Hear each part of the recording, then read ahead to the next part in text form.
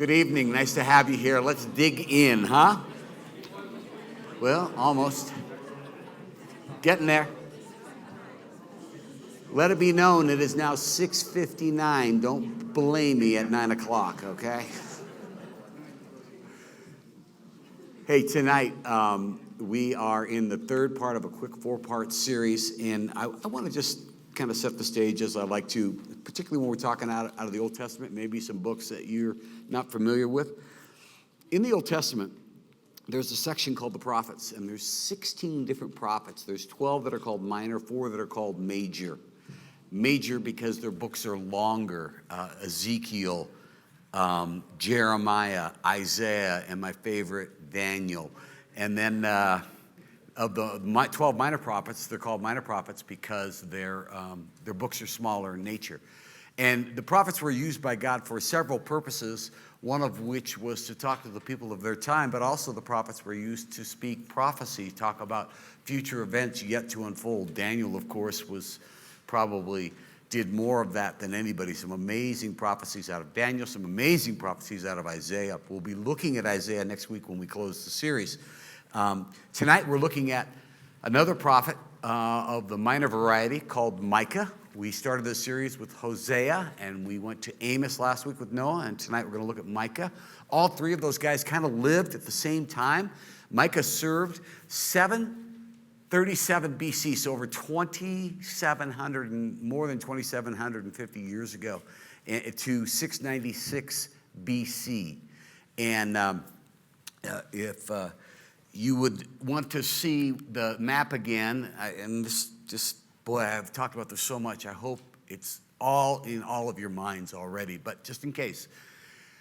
Under David and under Solomon, well, first you had Saul, but then you had David and you had Solomon, the first three kings. After 400 years, 4 centuries of judges after Joshua took the land. Think of that, 4 centuries, right? Our country's only 250 years old, so that was before you even got to the kings. And then the kings ran, of course, close to another 1,000 years. So anyway, after Solomon died, the kingdom split. And what you had was the southern kingdom of Judah and the northern kingdom of Israel. This green and purple at one time were all the nation of Israel under David and Solomon. Okay, so it's a split in 37 BC. Down in this area is where Micah lived. And, there were a lot of prophets in those days, but, like I said, only 12 that had minor books. And he spoke mostly to Jerusalem and spoke to them about, there it is right there, I'm a little shaky, about what Amos and Hosea were dealing with in their time, which was idolatry and people that weren't living for God, a lot of greed. He also talked to these prophets that took bribes in order to say what somebody wanted them to say. Thus saith the Lord. Can you imagine that one, right? What was interesting, though, about Micah, he was the first prophet to actually predict the downfall of Jerusalem, which would occur about 130 years after his life in 586 BC. But he's also known for prophesying the hopeful birth of the Messiah in Bethlehem, of all places. And it's part of a dual action that takes place in his book, which is he really is lambasting the people for how they're living, but he also brings in this hope quotient that God will restore and God will do what he's promised to do. So he's doing a both and in here. So it's a broader context of judgment, but hope and restoration are a part of his book. We're going to see both at play here in these few 6 verses that I read. So follow along with me. Chapter 5, Micah 1 through 6. So where he starts off right off the bat to tell them, get ready, because the Assyrians are about to come down on you. And by the way, that happened in 722 BC in his lifetime. I'm going to back up here for half a sec. In the northern kingdom, the Assyrians came down and took this area over. They eventually worked their way down here 20 years later. Huge army. In fact, if you're taking notes, this is a great read, 2 chapters. 2 Kings 18, 2 Kings 19 talks about that event. Jordan, back from Thailand. Nice to see you, buddy. That was a quick trip. One of our missionaries sitting here tonight. Can't miss him. He's 6'9". So anyway, they came down here and they marched on Jerusalem in 701 BC in the lifetime of Micah. He was a part of this. Anyway, in 2 Kings 18 and 19, it tells this amazing story. They had no ability, the southern kingdom, to defend themselves against Assyria. You read all the huffing and puffing going on as they're talking to the officials on the wall. Basically throw down everything and get out, because otherwise, we will really do you wrong. And an angel of the Lord, spoiler alert, goes over the camp of Sennacherib, who was the king, and takes out 185,000 of his men that night. It's interesting, that is the history in the Bible. Secular history doesn't say anything about that event. It just records that Sennacherib was the king of Assyria. But actually, Sennacherib does have a scroll where he talks about losing almost all of his army when he was down in Judah. So very interesting stuff. Sorry, I couldn't help myself. So back to reading. So he's talking about the Assyrians are about to come down and take out the northern kingdom. Marshal your troops now, city of troops, for a siege is laid against us. They will strike Israel's ruler on the cheek with a rod. But you, O Bethlehem, Ephrathah, though you are small among the clans of Judah, out of you will come for me God, one who will rule over Israel, whose origins are from old, from ancient times.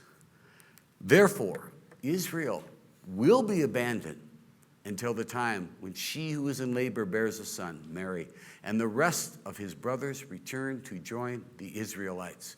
He will stand and shepherd his flock in the strength of the Lord, in the majesty of the name of the Lord his God, and they will live securely, for then his greatness will reach to the ends of the earth. This is huge, huge prophecy.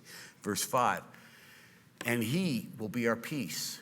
When the Assyrians invade our land and march through our fortresses, we will raise against them 7 shepherds, even 8 commanders, who will rule the land of Assyria with the sword, the land of Nimrod with drawn sword. He will deliver us from the Assyrians when they have invaded our land and marched across our borders. Okay, now I'm going to jump on a few things here.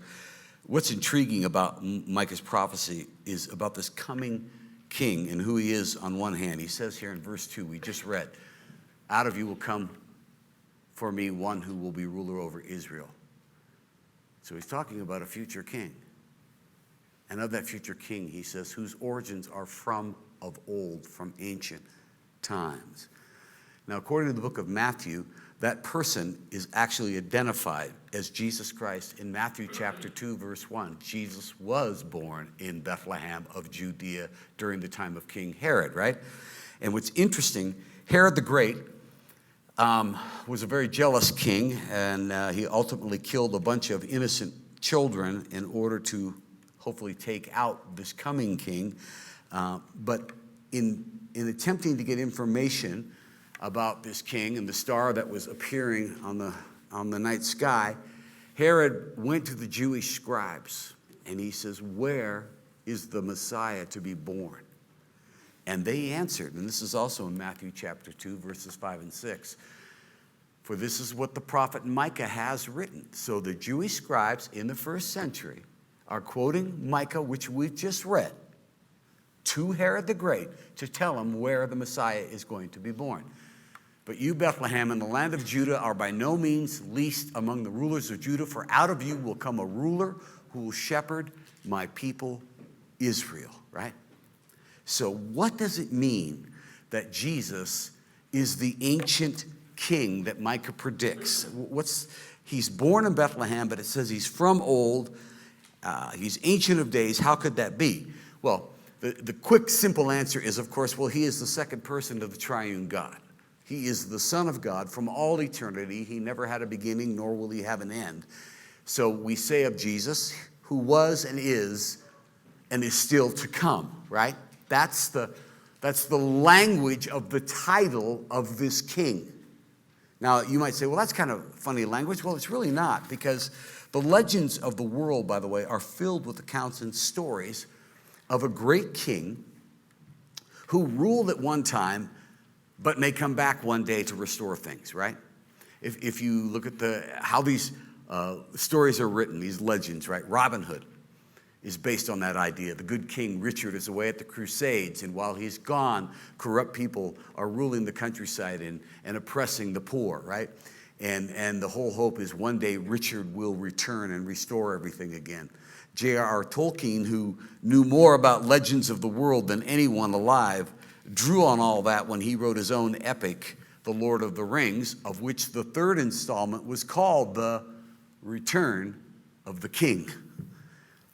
And of course, the most famous of all these is King Arthur. When he died, they put on his tombstone, "Here lies Arthur, the once and future king," which T.H. White wrote many of the King Arthur installments. His last one was titled that very thing, The Once and Future King. Why the power and the persistence of these kind of stories when you look at our literature, particularly in the last 150 years?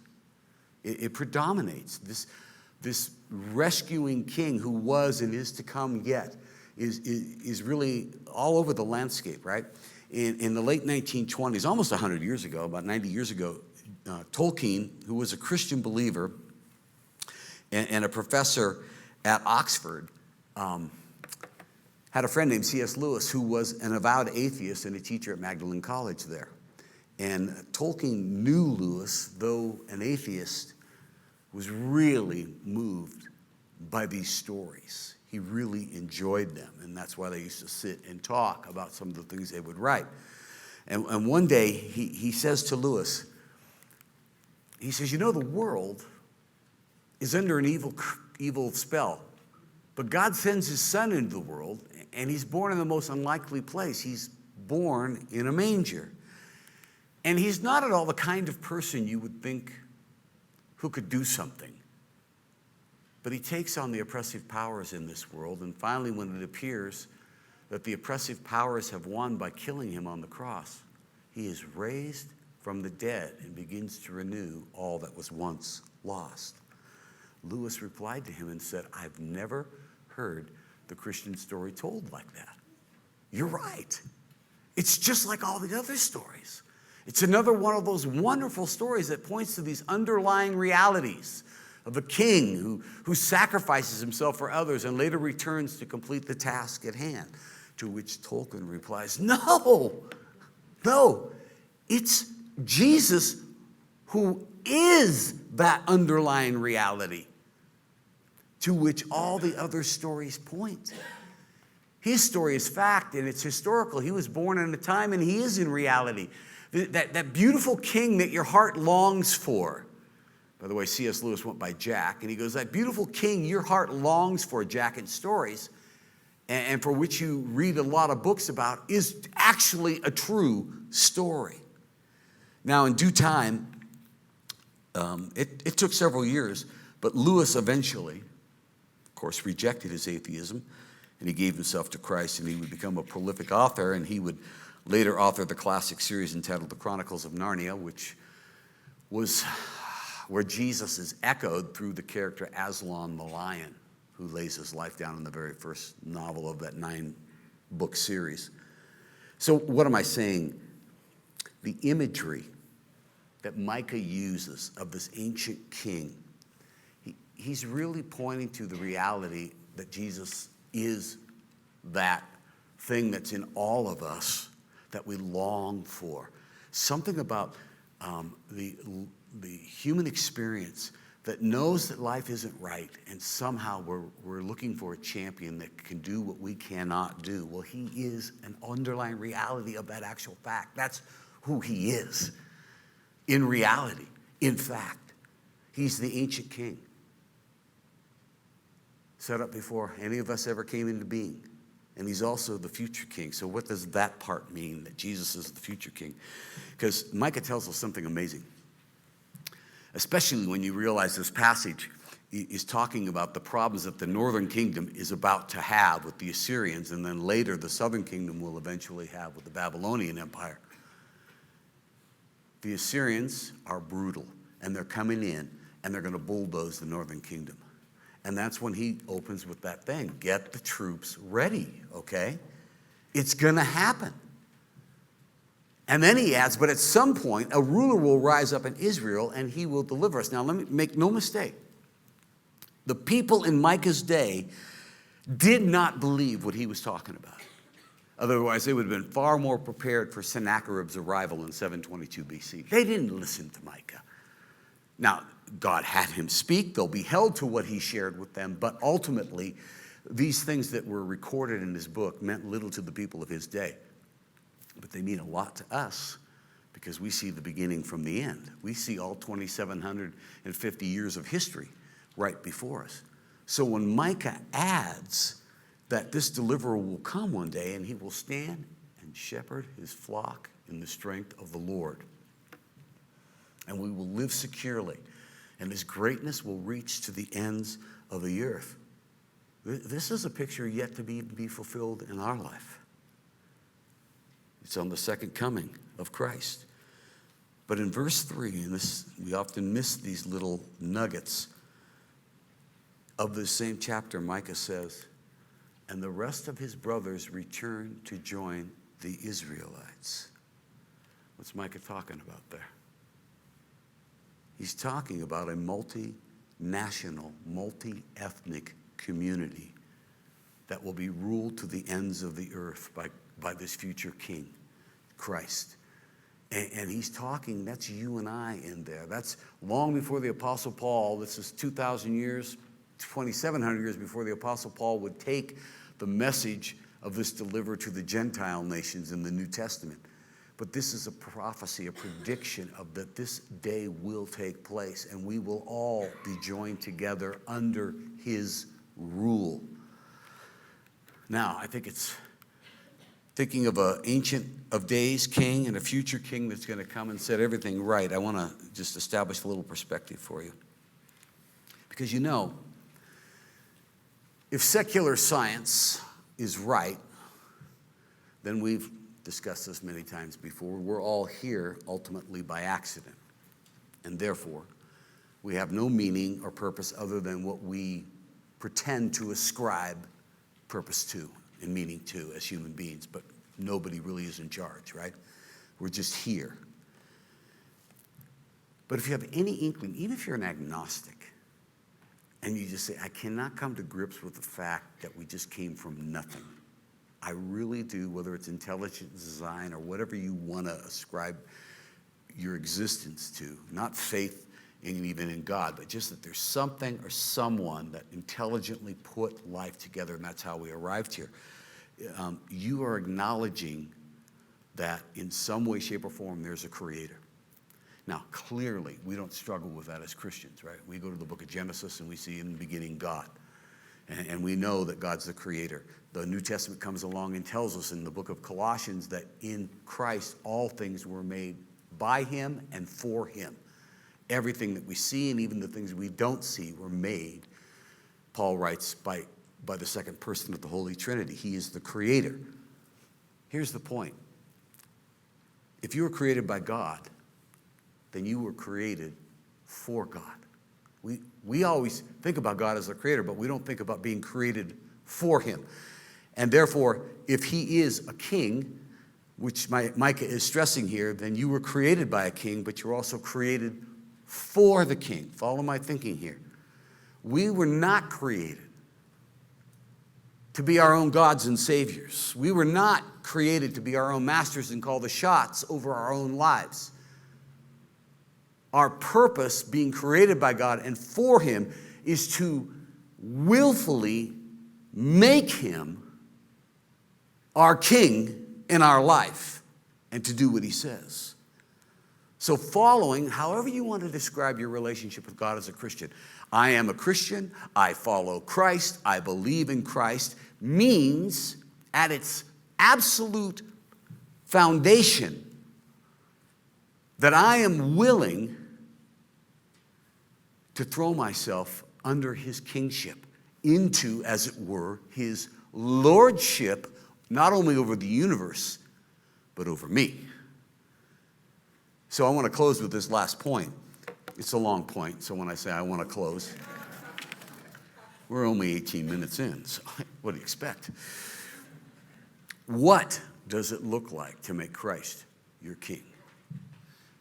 If you're going to throw yourself toward him, there are three things that I'd like to suggest to you tonight. And please, if you feel like uncomfortable with any of these three and say, I don't know about that, come talk to me. I'd love to hear you. This is where my heart and mind and study took me this week.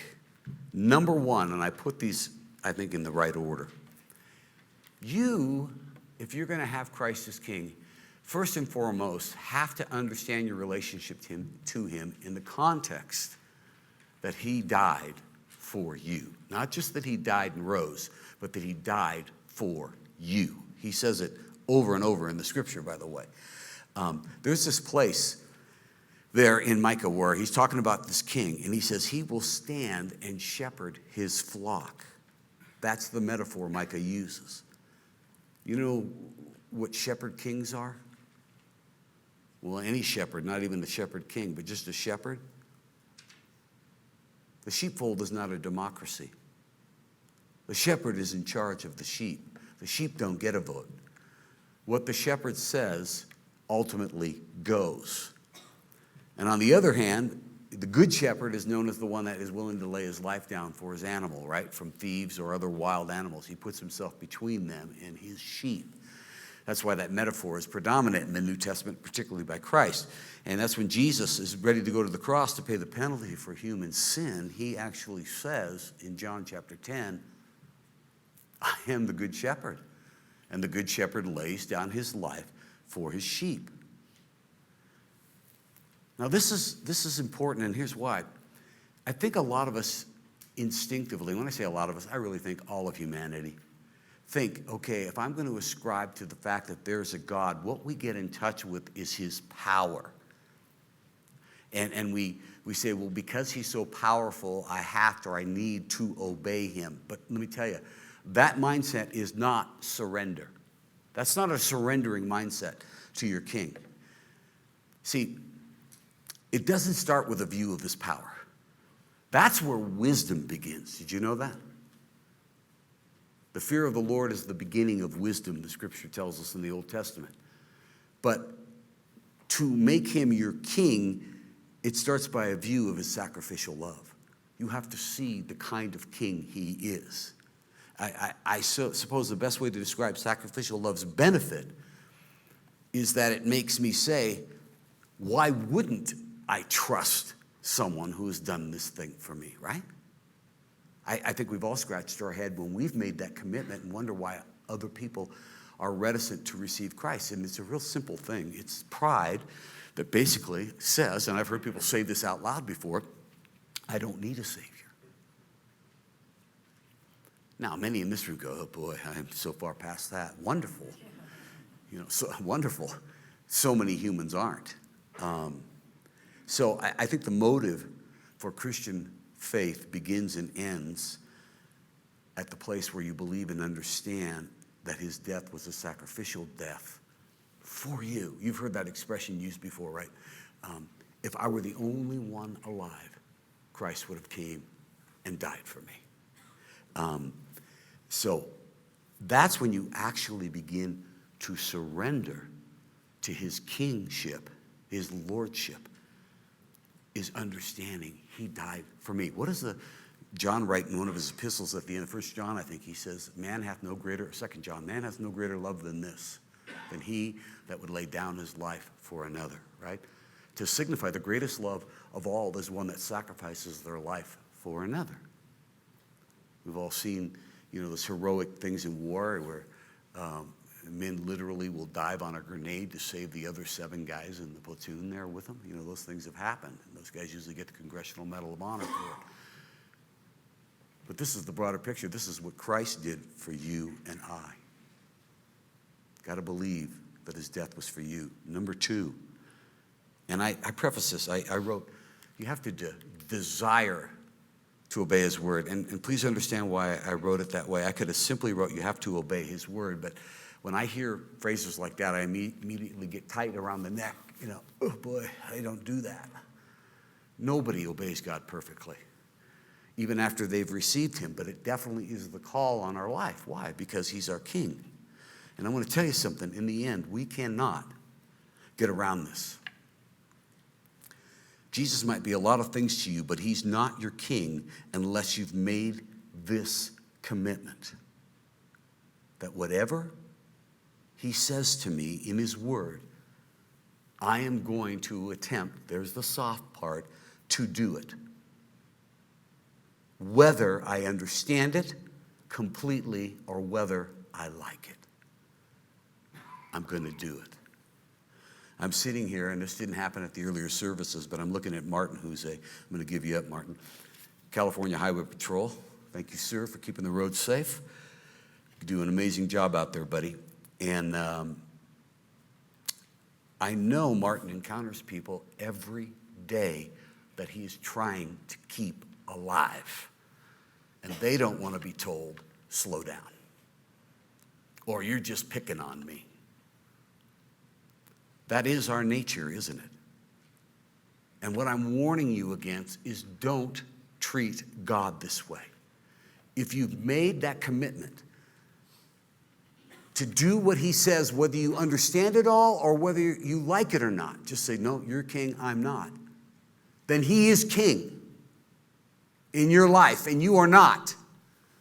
If you haven't made that commitment, then you're still king, and he's not.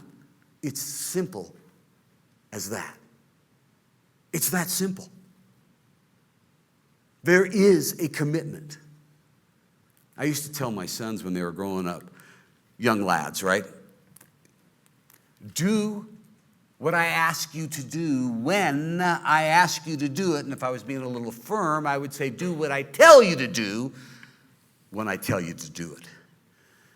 And of course, I would get back what I actually gave my dad at times in my life, which is that great, adolescent answer to all issues of discontent. Why? And then you might double down on your articulation and say, why now? Why not them? Why only me? It's this whole why harangue, right? And this is what's actually happening in that moment, is that my commands, they're saying to me, need to make sense in order for me to comply. I'll obey if it makes sense to me, right? I've got news for you. That's not obedience. That's agreement. Listen, I would tell my boys, I want you to obey me, not because you agree with me, not because you like what I'm asking you to do, not even because you understand what I'm asking you to do. I want you to obey me. And I remember saying this to my oldest at the time when he was 11. He's now 35.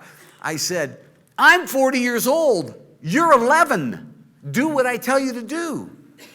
Because if you're 11-year-old and you live your life on the basis of I'll do the things that make sense to me, you're not going to make it for 2 hours. You'll be dead. You don't have the capacity to think right.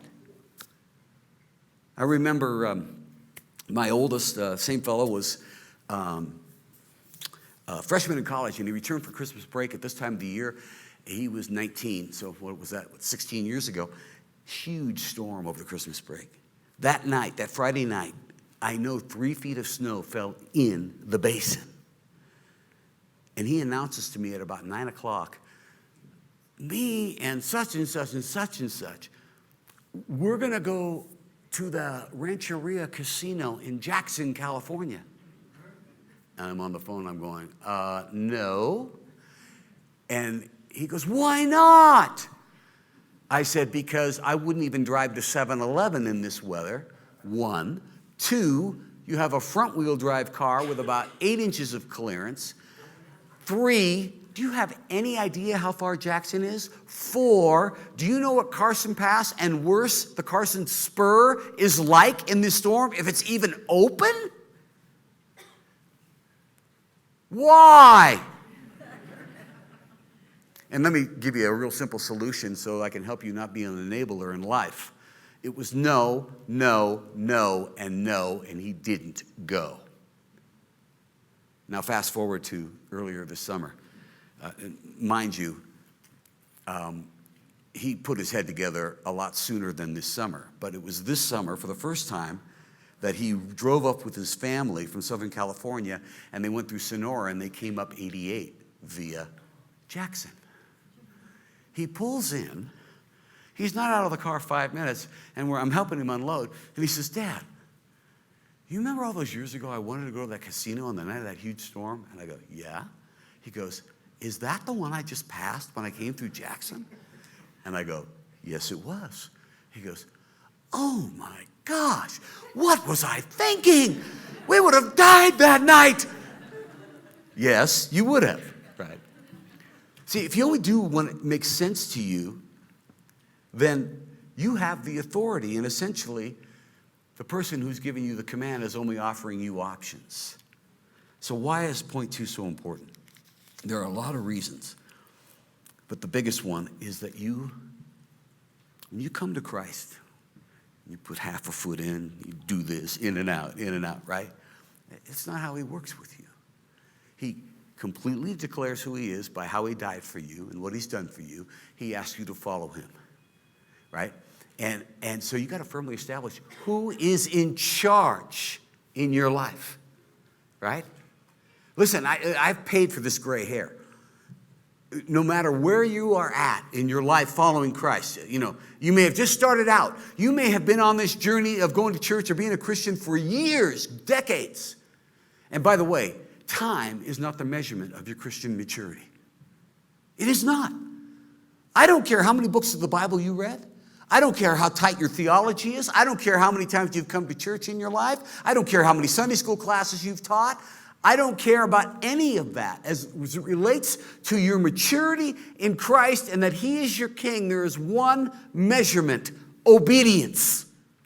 Period. Even blind obedience is the only place totally acceptable is here, because you're saying, you are the king, I'm not, I get it, I'm going your way. When's the last time you did inventory on your integrity? Do you find it easy to ignore Christ's leanings in your life when it comes to your money and how you keep it or how you spend it? How about your sexuality? Is it yours to explore on your terms or God's? Who's in charge? How do you do with gossip? Do you spread it? Do you even listen to it? Do you easily judge others and make excuses for yourself? Guilty! We're all guilty on that one. How about when things don't go your way? How do you react? Listen, there are virtually dozens of ways every day that you can move toward or away from our King in your life. Have you ever felt that conflict tugging at you? I feel it every day. It's a battle for my mind.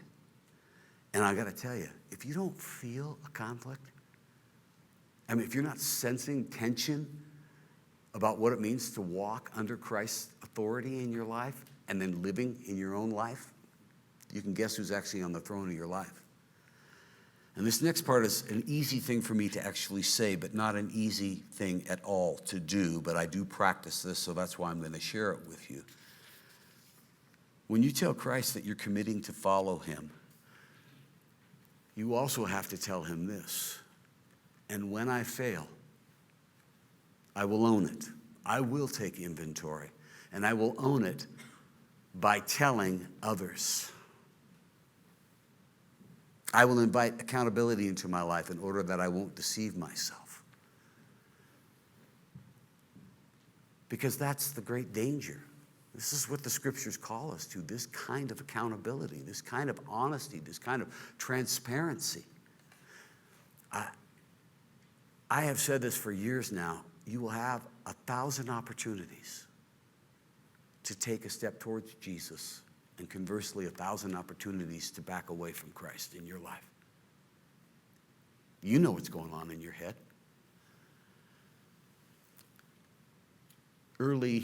Midwinter, 1988, I had been on staff here at the church for almost 3 years at that point, and I supplemented my income delivering pizzas 5 nights a week. Some of you remember those days. When I first started preaching, people said, the pizza delivery man's talking today. That was the highlight. It's gone downhill from there.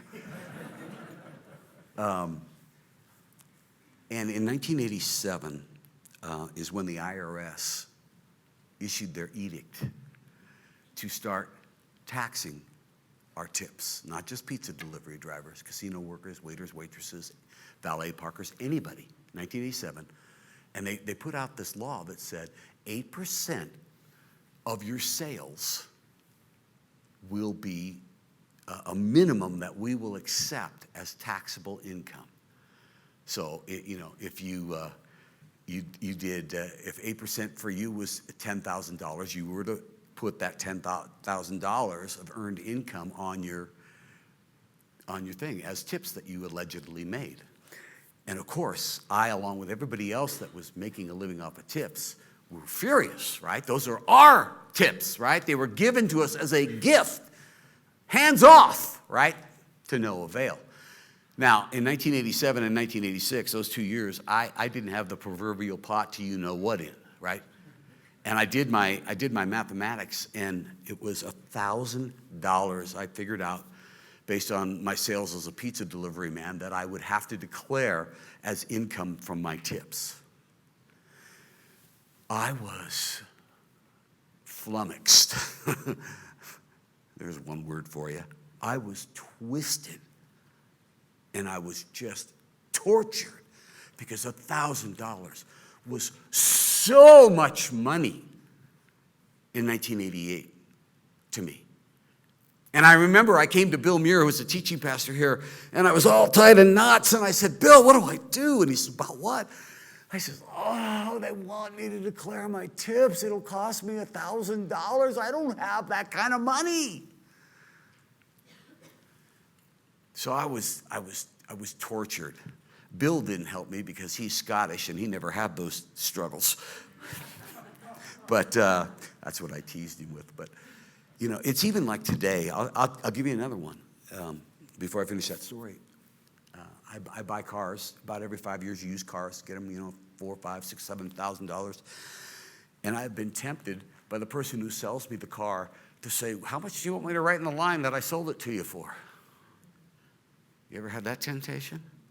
You mean if I paid $7,000, you'll write 2 in there, so I only have to pay taxes on 2 instead of 7, save myself $500? Yeah, I'll do that. Oh, real stuff, right?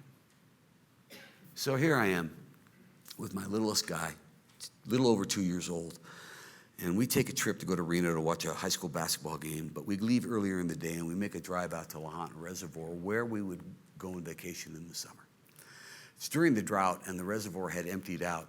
And I wanted to go down, and literally I took a video camera to video the dry reservoir to see where all the tree stumps were, because we water skied and we pulled, inner tubes, right, over that area, right? And I wanted to know where those stumps were. So I get down there, and without thinking, I look at this big, wide-open reservoir that I've seen filled with water, and I start driving my little Toyota four-wheel drive truck down on the reservoir. I don't get more than 100 yards on that thing, and the front end drops 2 feet. It just breaks through. Boom! And I am stuck. And my heart goes into my throat. I get out of the truck. I grab my little guy. I throw him on my shoulder. I have no idea where I'm even going to walk to, because I'm at least 5 miles in on the road at the state park to get where I'm at. I don't know where anybody's at. So I start this truck, and here's my truck out, and I'm looking at my truck stuck. And I'm walking along, and I'm out about 20 minutes walking, and I look, and I notice something I'd never seen driving in, because I'm going a little faster, and I'm walking, of course, and I see this mobile home roof, and I come around the side of this little hill bank, and there's 4 mobile homes in there. I'd never seen them before. And to my good fortune, there's a fella out front working on his truck at one of the mobile homes, and I walk up, and I said, "Excuse me," and he's a nice guy, and he says hi to me, and I said, "Hey, I got my truck stuck in the reservoir." And he looks at me, he goes, "You and 12 other idiots this week." Nice to know you. Anyway, he goes inside, very helpful, calls a tow truck, and I'm dying. I'm dying because I go, what do I do if I don't get my truck? I'm freaking out. And so this tow truck comes out. It's like hillbilly towing, and that kind of actually calmed me because I thought, well, this guy, he's not going to be worried about scratching up his truck or anything, and he's probably not an arm and a leg like most tow truck drivers would be in this situation. I'm off-road. And so anyway, he gets onto the reservoir as far as he'll back up his truck, and he stops. And he goes in the back, and he grabs his cable, and he goes, I got 250 feet. If I don't reach you, your truck stays. That was a long walk. I kid you not, he had a foot and a half left when he got to my truck. He hooked it up, and he pulled it out. My life was renewed.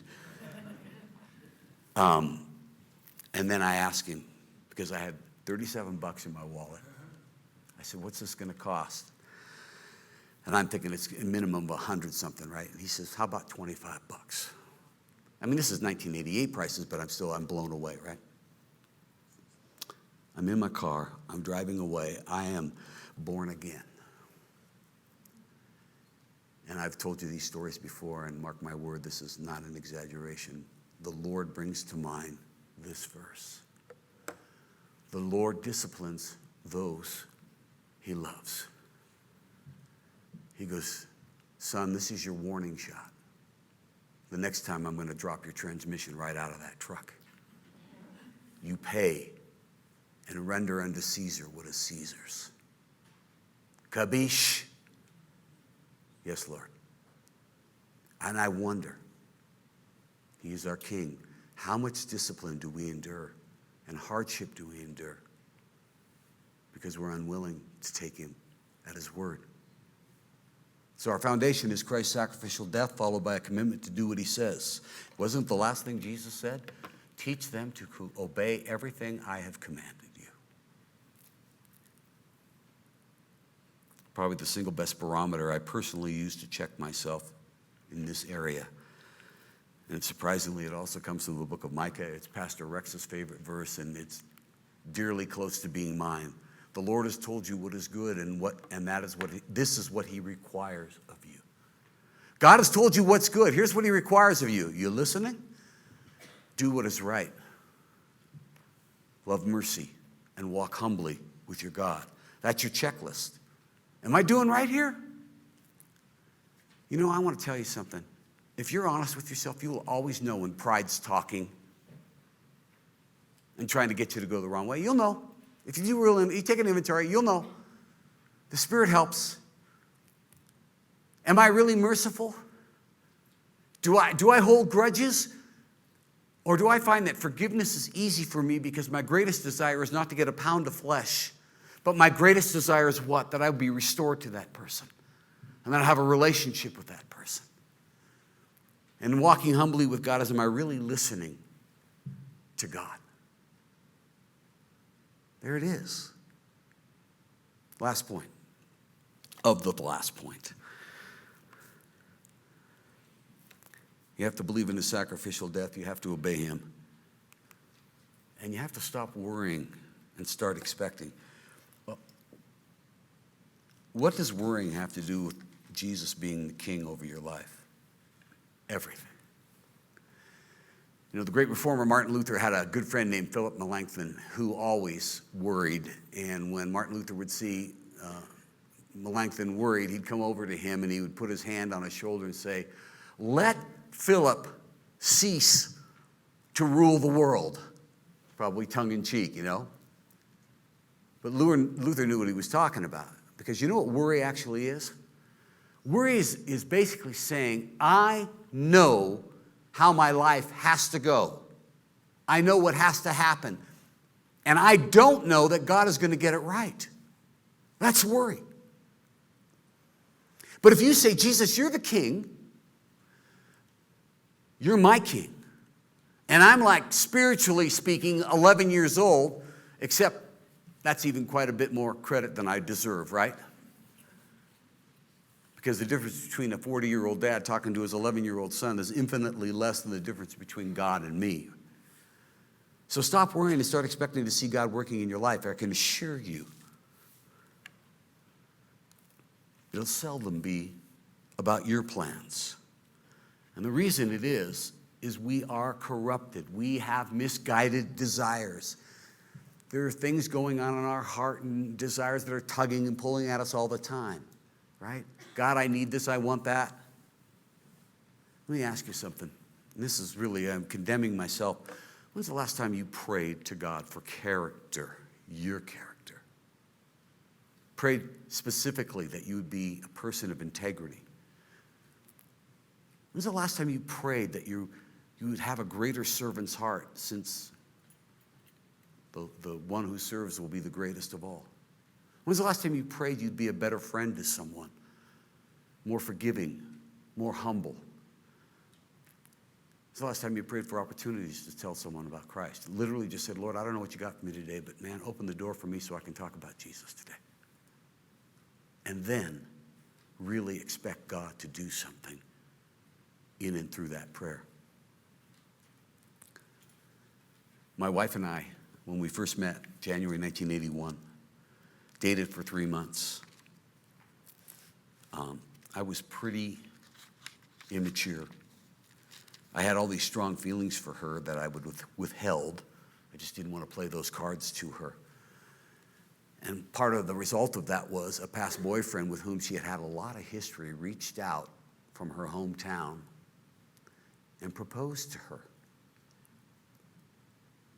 And so she announces to me that she needed to break it off with me because she was going to go back and see this old boyfriend and see if it was what she really wanted. And I fortunately was able to talk her into letting me go to her house that night and have dinner. And I was able to share my heart with her.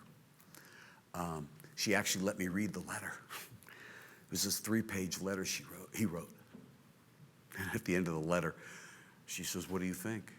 If she was here, she'd verify this. I said, "Can I marry him?" I mean, listen, I was so sunk at that moment when I read this. This guy, oh my gosh, the prose, it was unbelievable. It was off the charts. I didn't lose my sense of humor. I was dying, but I didn't lose my sense of humor. Anyway, she told me she still had to go, and I, of course, was devastated. That she left on a Friday, and that next day on Saturday, I actually drove down to where we worked at the same big, huge property here in town, and I went for a run with my dog, and as I came back and I was walking up the property, I could see her office window there, big window. I could see her desk, and I just stopped in my brokenness and sadness. And I remember dipping my head, and I said these words. I said, God, I didn't say Jesus. I didn't really know who he was. I just said, God, I don't deserve to be heard, which isn't true,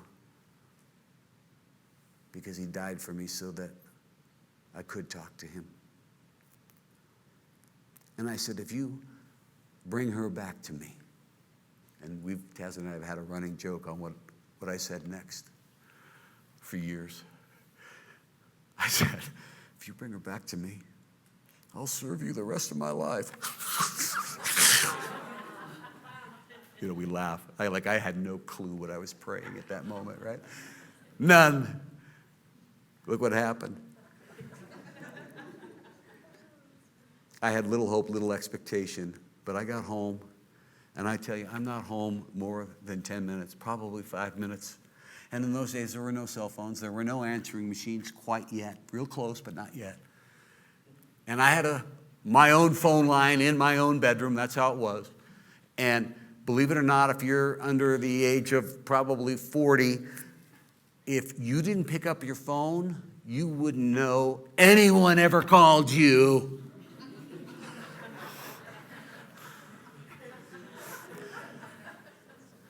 It was actually a wonderful world, you know. Hey, I never got your call. Sorry. You'd use all kind of little tricks, you know. You have your roommate answer the phone, tell him I'm not here, find out who it is. I don't know if I want to talk to whoever it is. Anyway, call waiting, yeah, right. Or not call waiting, call ID, caller ID, yeah, right. Didn't exist. Anyway, I picked the phone up. It was Taz. And she told me, she goes, I choose you. expect things from God. Do you know what Christmas is about? Gabriel comes to Mary and says, you will be with child. I know you're a virgin, Mary, but you will conceive. And she looks at this bright angel appearing to her and says, how can these things be? And Gabriel says, Mary, this is God we're talking about here. With God, nothing is impossible. So don't insult your God with low expectations of what he can do in your life and through you. Just be prepared. He won't do them your way. But treat him as a king by starting to expect him to work in and through your life. And please stop your worry. Pray your cares and your character to him often. And by all means, commit to obeying his word and remembering in his dying, he was telling you all about the depth of his love for you. I've been going a long time, 48 minutes. Sorry. Take this to heart. Let's pray. Lord, that we might believe and trust and obey and hope in the fact that you are the Ancient of Days, and yet this future King, always in charge, always for us. Might we pray